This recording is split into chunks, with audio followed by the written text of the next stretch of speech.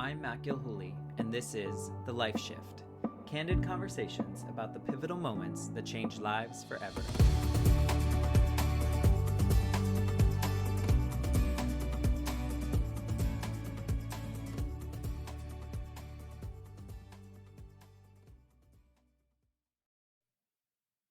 Hello, my friends. This is the end of season 1. And so what I wanted to do to celebrate this moment is to share a bonus episode of the ends of all 32 episodes from season 1. So if you're a regular listener, you know that I talk to my guests at the end and I like to ask them a question about maybe something that they would say to the person that they were right before their life shift, or I ask them for some advice for someone that might be going through something similar, something along those lines. And so I thought it was interesting because so many people are saying very similar things. And what this tells me is that the human experience is very similar. And we've been talking about this throughout all of these episodes that, we might be going through something different on the surface from someone else, but we're all going through this human experience. And my hope was that we would create these episodes that would make everyone feel a little less alone and develop a community. And I think we're doing that. So without further ado, here are the endings to all 32 episodes of the Life Shift podcast season 1. And we will be back next week with season 2 of the Life Shift podcast. Talk to you guys soon. Takeaways would be, first and foremost, and if this is all you can do, do it. Radically accept where you are, who you are, what you're feeling.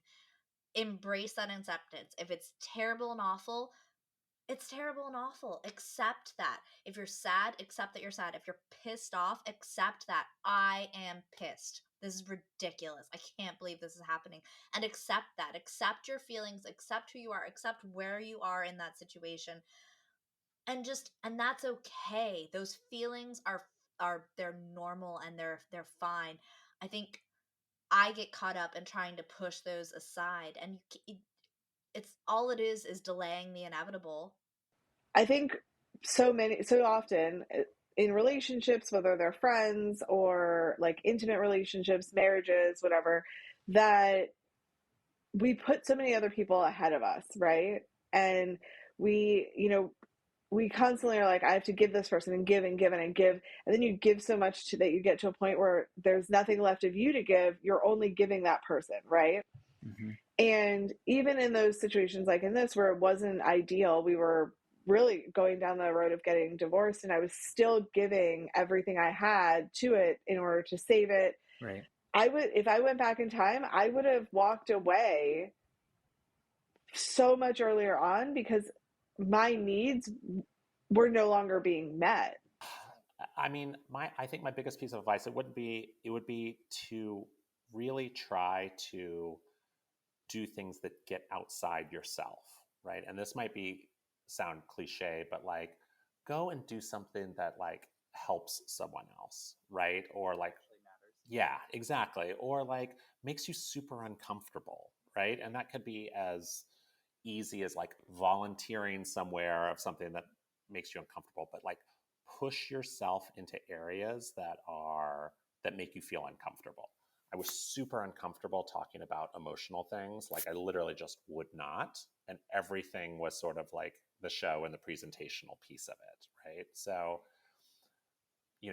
pushing yourself to go to therapy or go, someplace that makes you uncomfortable to help someone else. Or if you have a bad relationship with your family or whoever it is in your family, go be there to help them and like really like pushing yourself. That helped me so much. And like in the fact that it was sort of forced, like all of these circumstances happened that I had to deal with all of this stuff.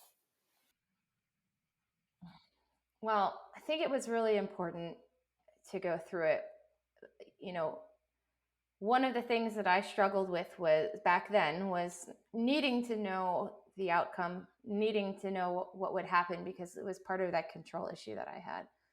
And so back then, I think that it would have been helpful for me to have been told, yes, this is going to work, right? Everybody wants to know what the answer is, instead of having to go find it and do the work, right? We all want the shortcuts. And so I think back then I would have wanted the answer and said, why couldn't somebody have told me this earlier? Or this is definitely going to work. But being the being the older, wiser, different person that I am today, I would say it's better that I didn't have that, even though I would have wanted it, because it was a learning process for me, right? It was a process for me learning to listen to my intuition, to learn to trust the things that my body and my mind were telling me to, to explore and research the things that were potentially coming up and say, is this intuition? Is this what this looks like? Is this what this feels like? Can I trust it?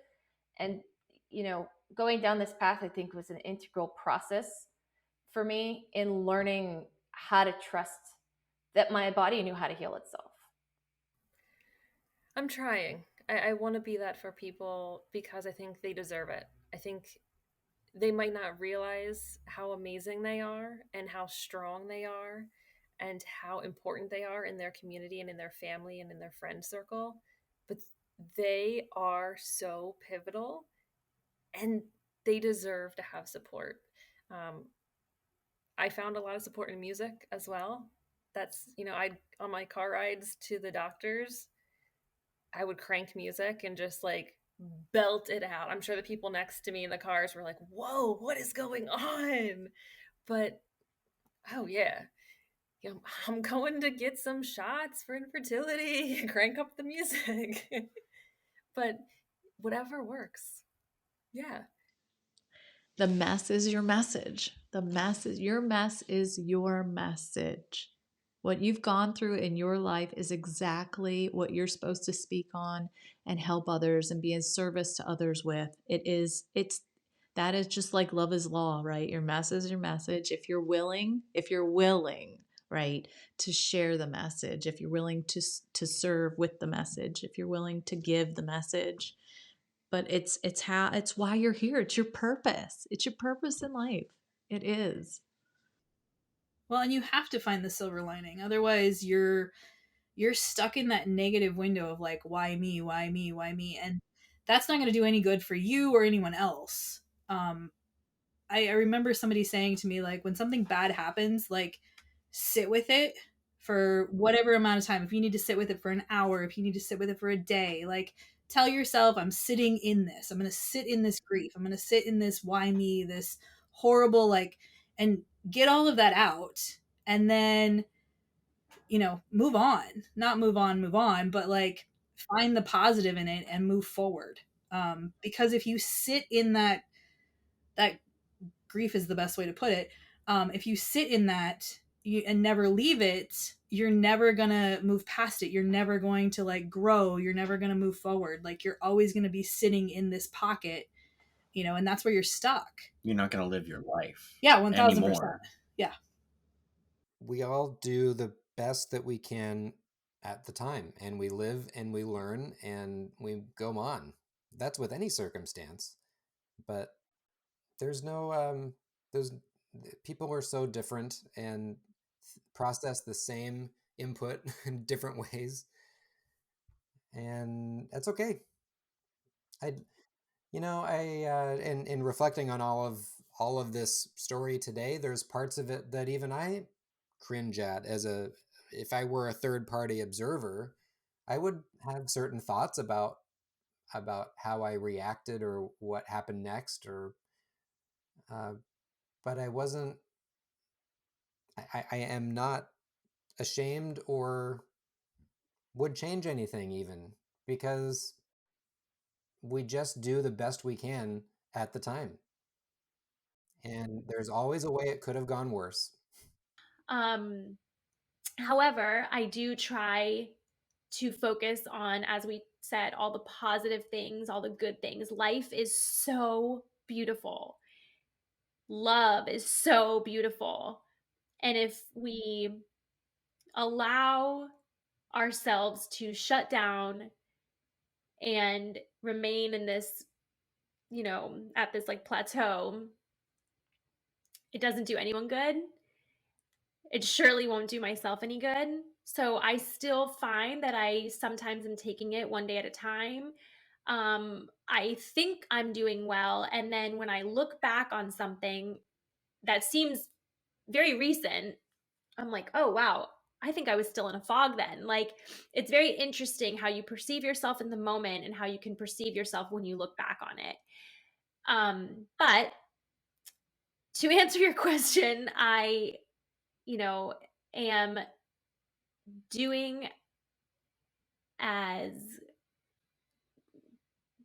okay as I think I can be doing in this moment. Yeah.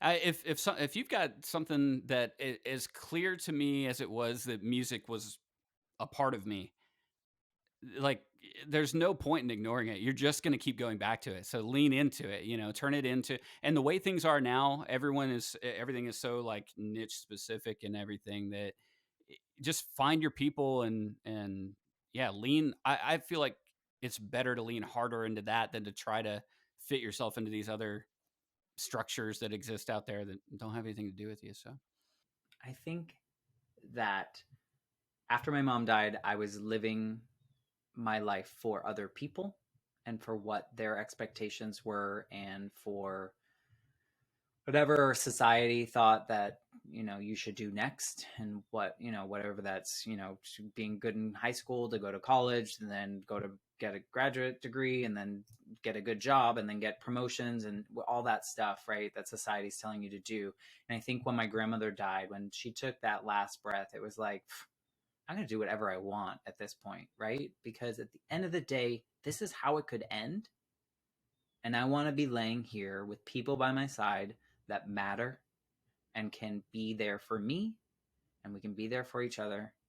And so, yeah, I think I went, that first part of my life, I was living for other people, and now I'm living more authentically for myself, which, if we can learn from terrible situations and find the value in them, I'm thankful for these moments, as tough as that is to say, because they've created who I am at this point. And, and it's allowed me to be open enough to have these conversations on this podcast, right?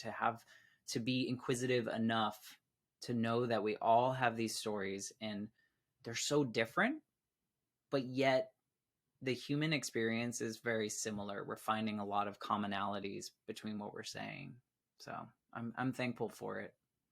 Looking back on it, like, it sucks. Looking back on that, I'm like, I just wasted so much time.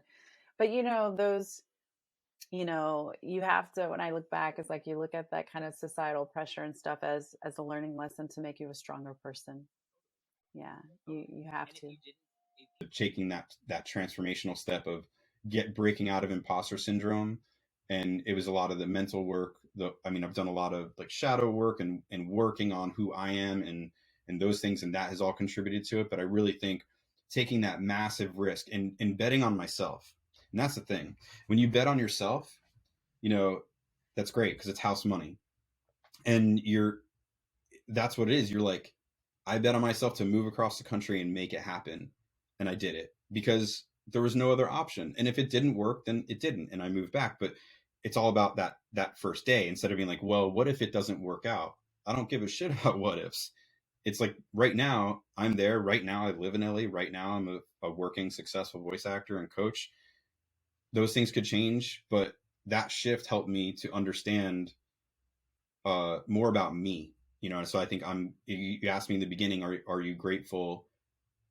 Are you grateful for all of those? And absolutely, like, yeah, driving back to New York, that primal scream drive back to New York in the middle of the night, those outbursts shook something loose. I wouldn't wish that experience or that that moment on anybody, but because it came from a place like just an old, like years and years of routine and just kind of these knots of saying yes to things that you didn't believe in. And I am in no way, I'm not bashing any of the work I did, but I was just, just saying yes. I was on autopilot and just finding my way through it and having a great time doing it. So I don't regret any of it, except that you're right. Like everything that happened was a necessary step towards making this big push. That I guess on paper doesn't sound that dramatic, but the nuance between living your life and living the life that looks like to everybody else, they're like, what are you, crazy? Like you're actually like doing it. Like you moved to New York and you're like working all the time. And I was like, yeah, it looks great. I am so unhappy, and not doing. I would tell that 2018 version of myself to trust exactly where you are in that moment of time. Trust the discomfort. Trust the not knowing. Trust the fear. And trust that what's on the other side is beautiful.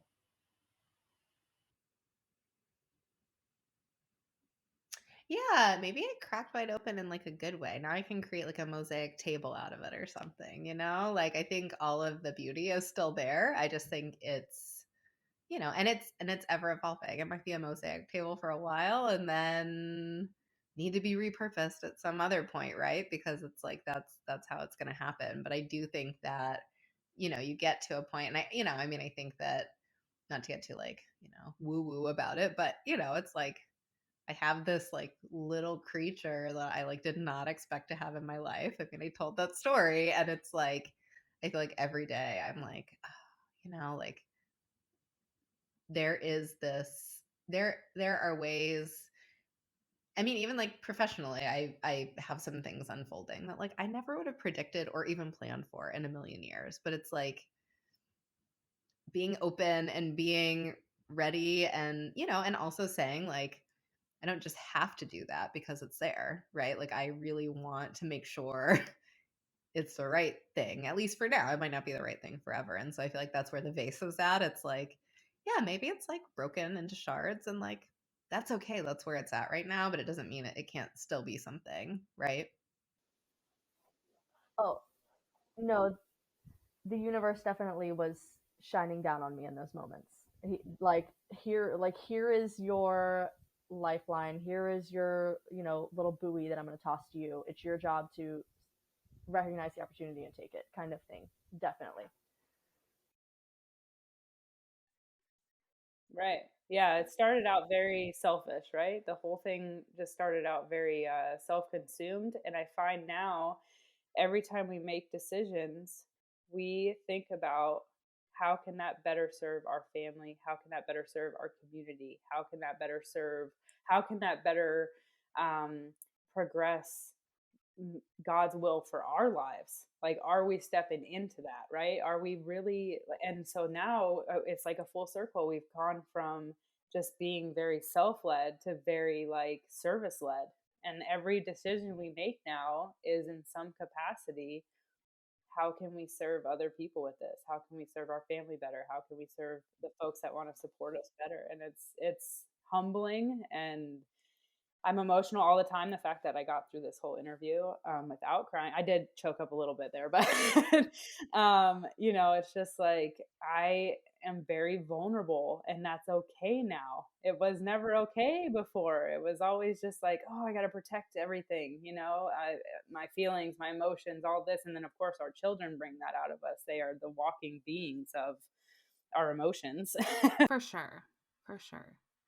And obviously it wasn't just me. Like, you have to have a good support system. You have to really have people who believe in you. Without my husband, like I wouldn't have been able to do any of it. I'm super grateful that he even married me, knowing what a mess I was, right? Like, and still, like he didn't know I was going to get sober a month into our marriage, right? Like, I mean, he lucked out, But, you know, he couldn't have known that. Like he was invested, right? So that's really he was instrumental. So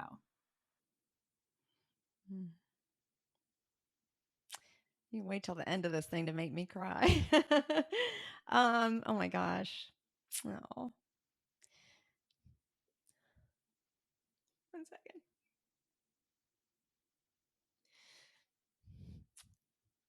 Okay, I think I can answer this. I think I would say that it's not always going to be like this. You know, it's survivable, and also get therapy when you get older because like you can't. For years I tried to just tough it out, but you can't. It's eventually going to catch up to you, and you have to.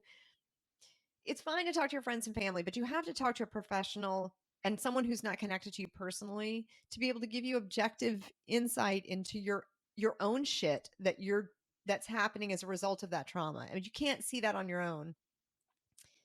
I mean, now sometimes I'm able to see it on my own because I have been to therapy so many times for these things. But I would say to 6-year-old Diane, like, it's not always going to be like this. Also, get closer to your sister. I would tell her that, and get therapy because it's only going to at least improve your outlook on how you move about the world and other people, because how you relate to other people, because it's relating to other people is a struggle because of the people that were supposed to have loved me that didn't, right? So yeah, that's what I would say. In that moment, I would say to him,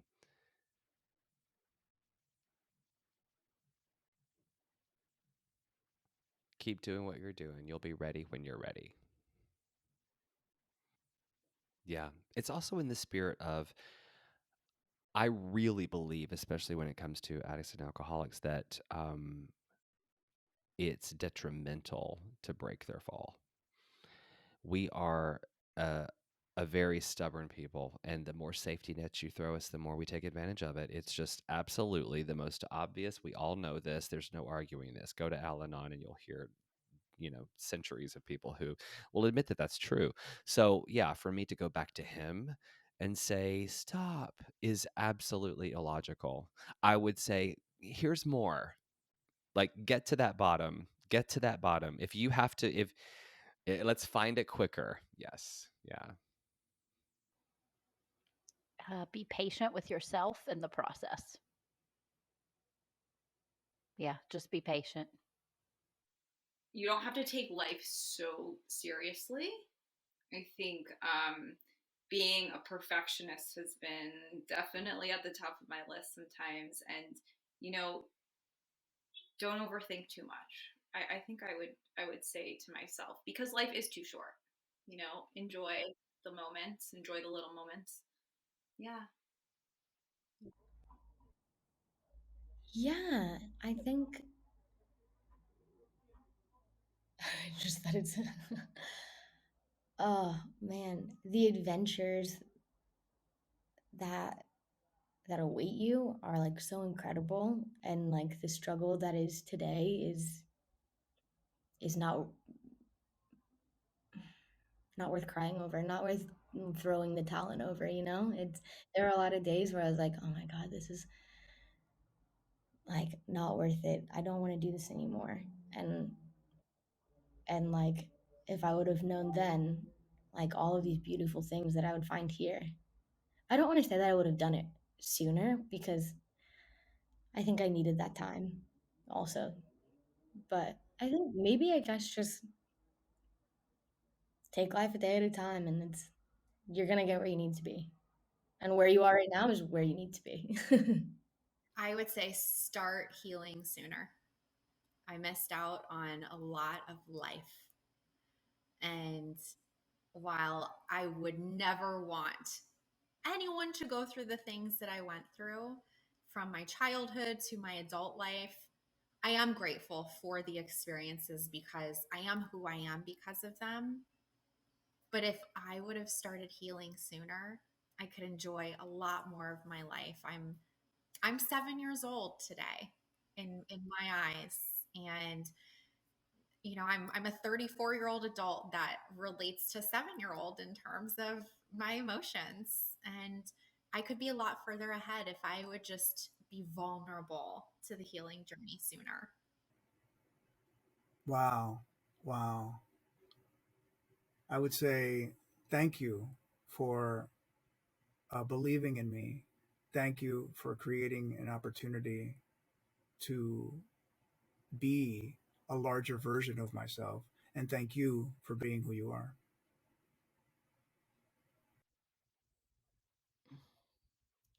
Oh, I would say, girl, you are about to go through the hardest life change that you've ever experienced, but it is going to make you stronger. It'll help you understand who you are as a person on your own. And it will make you realize that you are far more resilient than you ever expected. And to be honest with you, the life I have now is so much more exciting and rewarding than it was before. Like breaking free of that bubble that, my entire worldview has changed. I mean, I look at life totally different. I realize the importance of relationships with everybody. You know what I mean? Like, it's not just about one person at this point. Like, I see how important it is to have friendships and have like just a diverse group of people around me. And I'm so grateful for where I am right now and that I went through that change.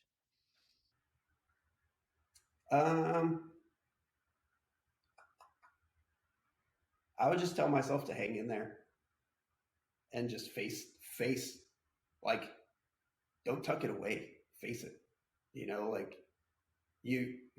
The best form of growth comes when you face those challenges, because what comes on out from the other side is way better than what is right here. But you have to go through that to get to that side, because you're going to learn.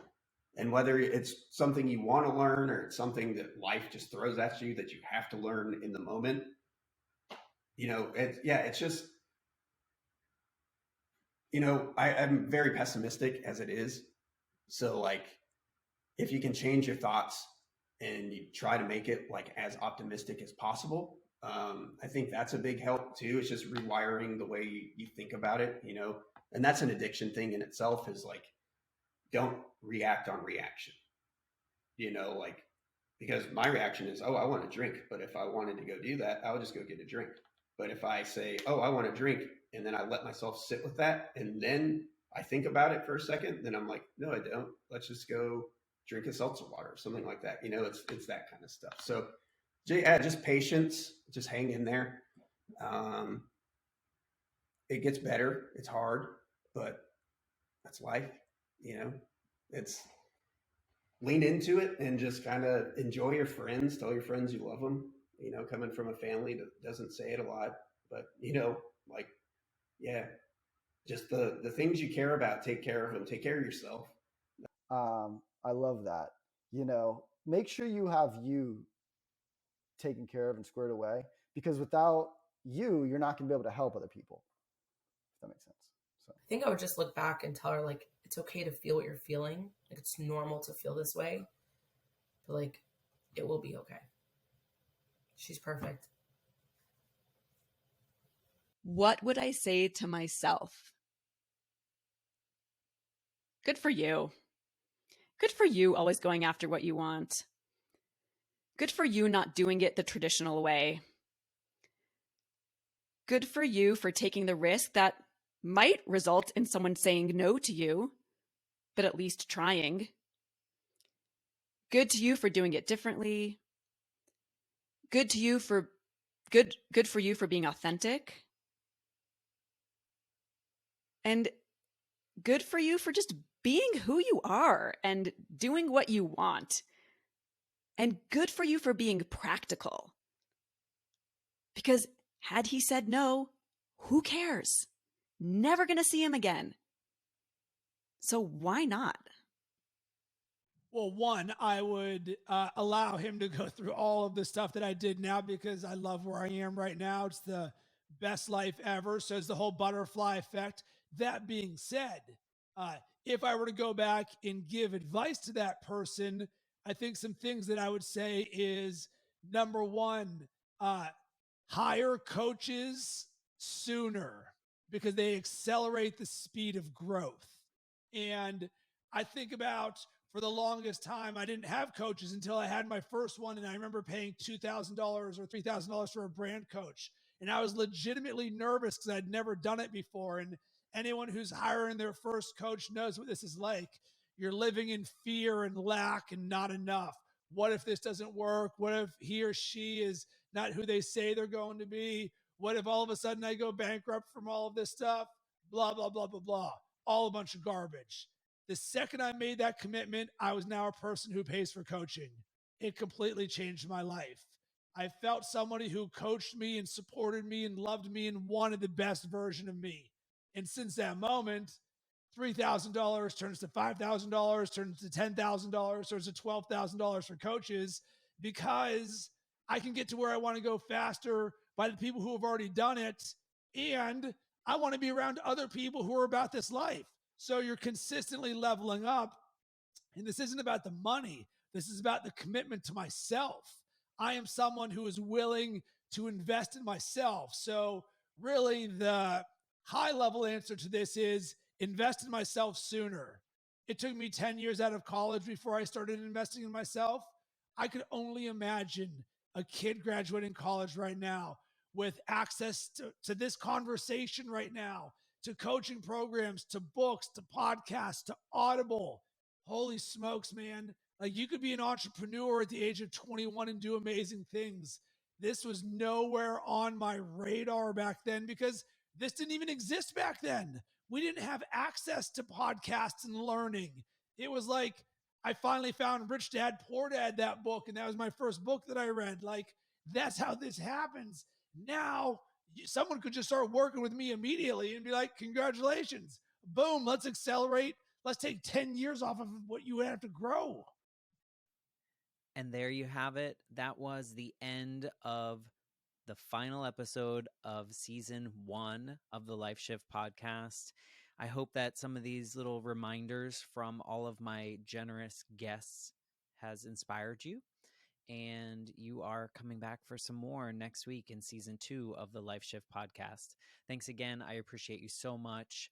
If you are enjoying this podcast, please take the time to rate and review on Apple Podcasts, Spotify, Google, wherever you listen to your podcasts and you're able to rate and review. It's super helpful and it will help these episodes find the ears that need to hear the messages the most. Thanks so much. I'm Matt Gilhooly, and this is The Life Shift, candid conversations about the pivotal moments that change lives forever.